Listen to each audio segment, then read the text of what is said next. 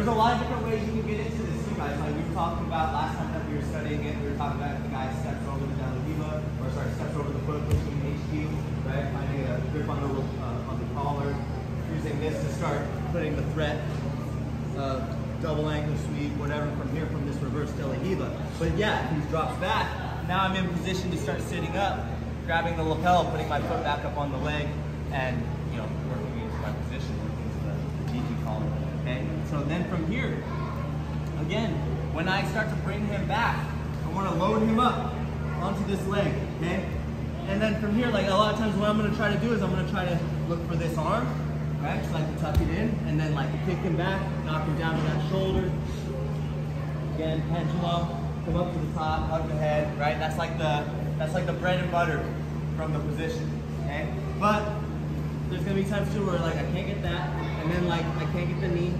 It's too hard to like take him down from here. Actually, it's not. It's still pretty good. Right, but there's gonna be other times too where like he's putting me back here, and it's hard for me to get up to the top. It's hard for me to get that arm. Okay, and that's when like other techniques are gonna become more viable.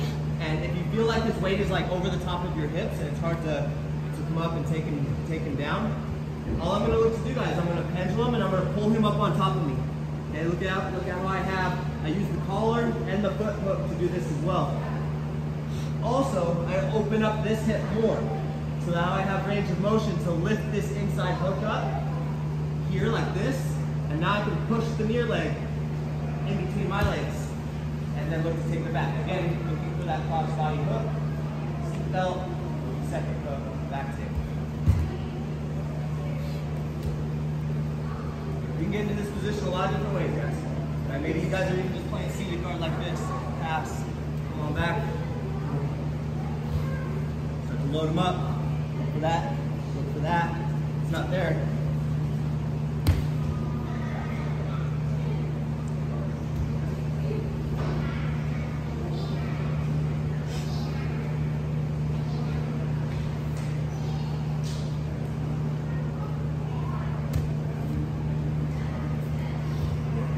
I'm always trying to load him up on top of me anyway, and if it's like this and he stays back, then I wrestle up. I get that hand, just try to tuck it underneath, make him face plant, right, or hit the shoulder, whatever it is, okay? And then if that's not the option, he's keeping me back, then I know that the hand fight is next. Wax off and load him up at the same time. If you guys try to wax off one, normally you're not going to be strong enough to just like pull inside their arm and put it on the mat. It has to be a whole body motion here.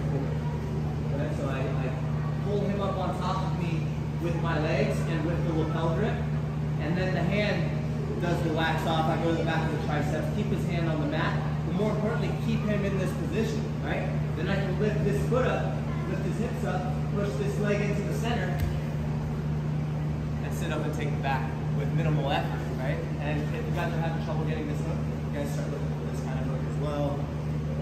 Second hook, you guys can look for like the half guard from the back, right? Then open up, second hook, cross body. Or if they're like really defending it well, you guys can start thinking about twister hooking and getting into cat dog stuff we've been working on this week in no knee. Last 2 weeks in no knee. One more time. Okay, so however you guys end up in this position, I've actually been kind of just like playing guard like this a little bit, sitting up, bring it back. Right, look for the initial, put them up, press that leg in between.